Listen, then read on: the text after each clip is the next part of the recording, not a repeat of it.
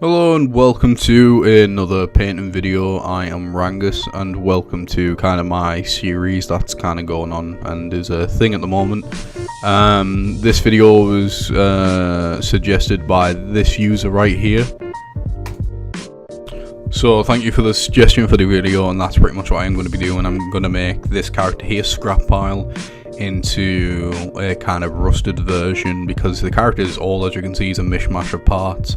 So I'm not going to go into the things that I really did before in the other video, but I did paint over the figure first. I give him that gunmetal grey look first to kind of make him look metal, and then from that I'm gonna paint over. Once again, I'm pre-recording the audio of this video because I didn't like how it sounded in the video, and that's kind of the thing that I'm going to be doing. So again, if my hands are doing something, I'm saying something else, just roll with it. So the things that you're going to need are your paintbrush, your paint. The paint that I'm going to be using, the colour is orange red, and I think it's a really nice colour for rust, considering if you imagine how rusts kind of look like fresh rust. It's like a kind of orangey colour in a sense, and then from that it kind of dulls down. So that's the effect that I give on this figure, and also I'm going to show you obviously how I do it and such. It's pretty simple to do, considering it's a bit like how I painted the gunmetal grey, to be honest. And once again, if you want to leave some suggestions in the comments below, please do. But some suggestions were a bit out there, like cutting two masks and putting them together. Unfortunately, I'm not going to go that far. Cutting capes, I'll probably do that. Painting masks, I'll probably do, even though I tried it and it didn't work. But I have painted masks before, and it came out pretty good. So as you can see on screen, I think as of right now, if I even cut it, here's an example of one of the quote-unquote rusted figures that I've done. That's the effect that I'm going to be doing to Scrap Pile.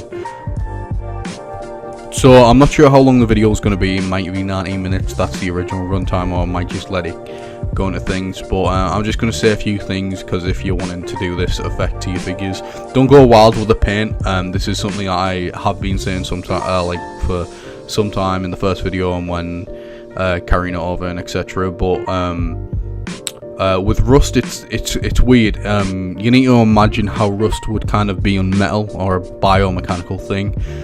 It's not in like, well, it is kind of random places, but it's certain areas of, say for example, the armor or whatever, or the bits of metal where it would happen. It's normally on the edges that it would start to rust first, and then so on, it would then go to the middle. But yeah, for example, I'm just showing off a mask that I've done. That was originally dark blue, and now it's gunmetal grey and orange. So that's kind of the idea. I'm gonna say this now, I'm not sure how much I'm gonna upload like to this series, or how frequently I should say. It's gonna be every so often thing. I'm not gonna keep up like, you know, every week. That's not going to be a case, because I don't want to paint all the mocks. It's going to be I don't know, every so often. So I'm not sure when the next episode is going to be, but unfortunately it's not going to be a weekly thing. So if you're expecting that, I do apologize, but please do leave suggestions in the comment section below for like newer videos, and then, you know, for when I come back to actually go forward with the series with more episodes, and then obviously I have things to pick up on. Yeah, I'll just let the video speak for itself, and I'll come in every so often and talk about certain things and etc. and just, you know, but yeah, just enjoy the video, and hopefully you get an understanding on how to make a character look rusted, and then also from the first video I will make it look aged and combine the two, because that's kind of what I do in this video. So yeah.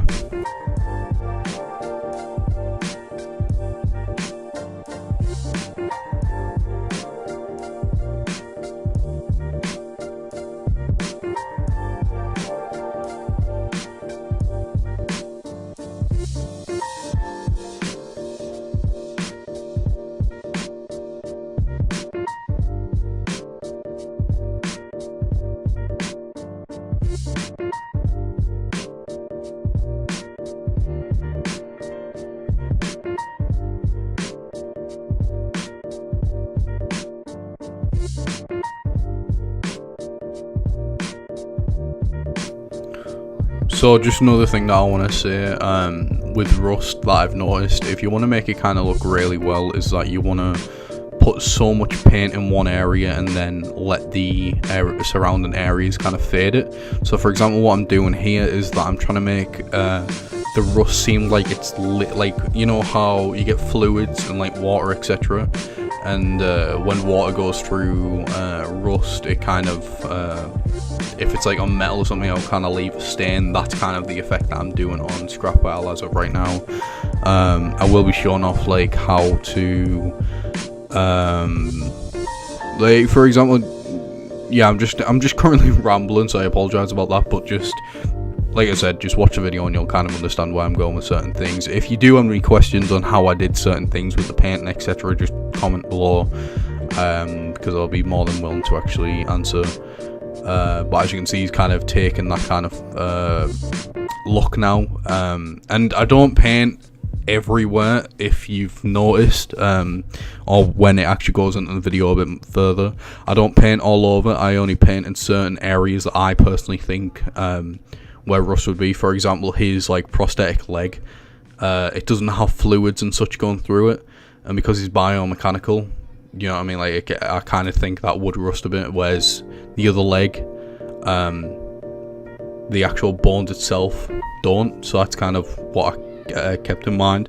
There's an interesting thing that I think anywhere that I did with the feet on this foot anyway, is that the bottom of the feet are a lot darker to the top, and I kind of think that if they're on the bottom, they would get like if he's walking on soil and etc., the rust would kind of just break off and etc., whereas the top, if it's not disturbed in a sense, it's going to be a brighter color.